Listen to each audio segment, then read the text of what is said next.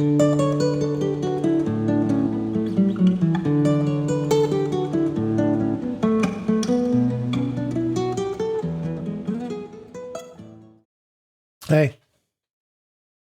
what's up? Welcome to Tim's IT Straight Talk. This lesson is on developing good speech dynamics.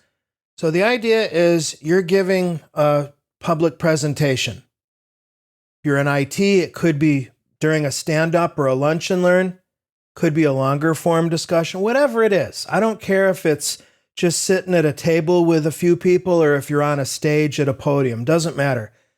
What I'm talking about here is avoiding some of the most common pitfalls that will help you lose your audience. Either they'll get ticked off and annoyed because you've tripped their pet peeves, or they'll tune out, or they'll walk out. You want to do everything you can to not only bolster your own source credibility, bolster and amplify your message, but engage the audience to keep them in their seats and keep them feeling like they're a part instead of separate. That's important. So some anti-patterns that we'll discuss, and then we'll flip them around and look at the positive side, would be number one, and these are in no particular order, by the way. I just wrote them down in 10 seconds before in fact, I was still typing when I started this video. Monotone. You know what it is when you hear it. Somebody who, for whatever reason, is not adding the dynamics. See, when I'm talking about vocal dynamics or speech dynamics, I'm talking about making sure that you've got not a regular sine wave to your language, but you've got ebb and flow here, and you've got pauses in between. This is all contributing to variation. Now, on one hand, you might call me and say, hang on, Tim, I thought you're all about consistency. Yes, consistency or consistently dynamic speech, as long as it's within bounds. See, that's the catch. To everything I find, or almost everything, there's a sweet spot, and then potentially a law of diminishing returns. And for here, I've found through my own experience, thousands and thousands of presentations, is that I want my speech to ebb and flow, to go up and down in volume, up and down in rate, up and down in emphasis, all of these various properties, but not to get too far out of bounds. Monotone is where you're just too flat. Another problem I've had is, especially in a live environment when there's a big audience, I can get amped up and speak too loud. Actually, I can do that in a smaller room too. My family calls it my teaching voice or my teacher voice. And if I get too heavy with that, my voice, I've been told I can come across as sounding a bit phony and scripted. And that really bothers me because I'm genuinely not being phony. I'm being genuine, actually. And most of the time, I'm completely unscripted anyway. You see what I'm saying? So it's a question of developing these dynamics, which, surprise, surprise, awareness and practice is the way to implement this stuff. And a great way to develop both practice and awareness is, one, volunteer for as many opportunities to present as you can. And two, study your recording like a hawk. Watch it like a hawk. Here, it's more listening.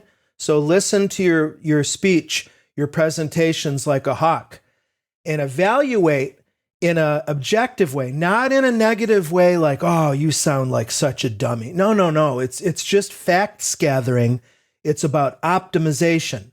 So listening, oh, I was a little bit too heavy there, a little bit too light. Okay, noted. All right, here I actually did some ums and ahs. Why is that? You see what I'm saying?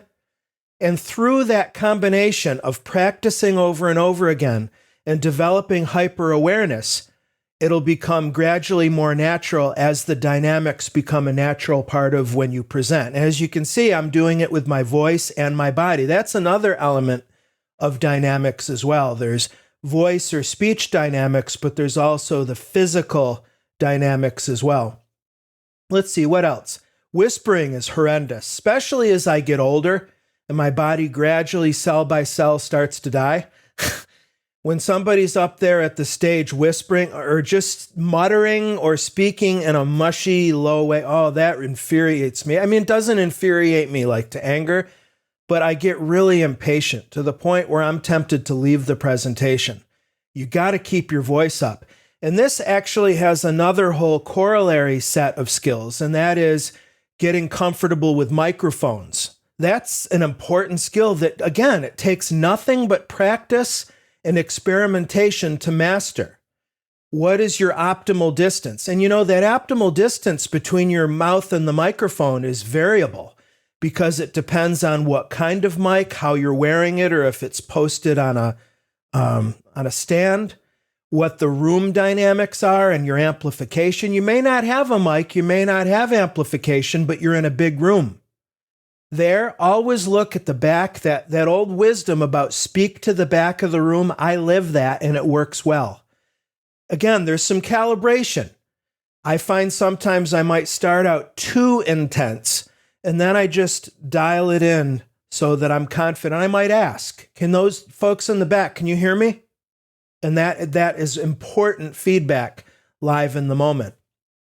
Over enunciation or under, I mentioned under enunciation, that's the mush mouth. And will that erode your source credibility. If you're up there giving a presentation and you're muttering and, oh, that's not a good look at all. No, in fact, you want to enunciate as sharply as you can, but not too much.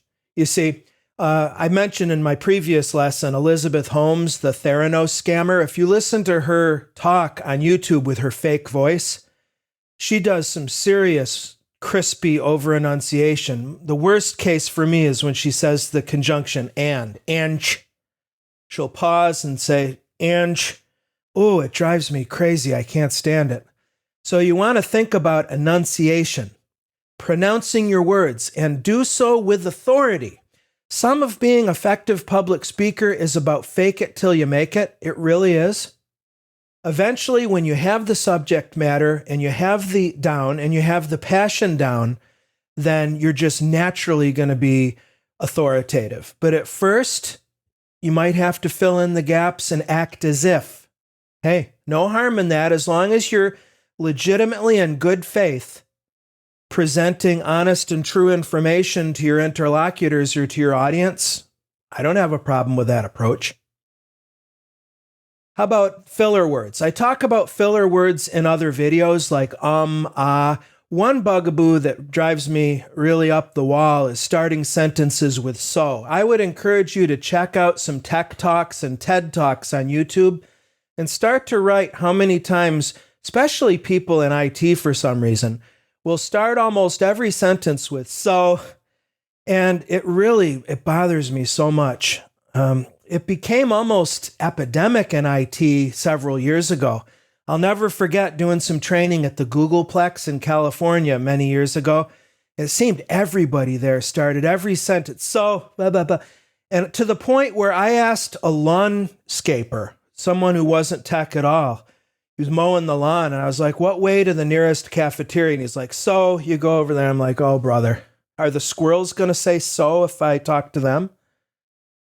I mean, so is supposed to be a way to draw your audience in like you're around a campfire and you're leaning back. So let me tell you a story.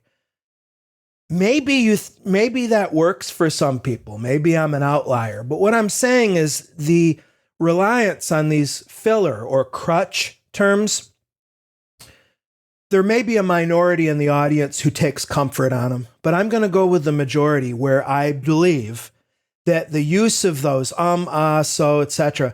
are doing nothing but hobble or erode your source credibility and hobble and erase a little bit of your message's effectiveness. Okay, I'll just leave it at that. I don't think there's any other or better way to say this.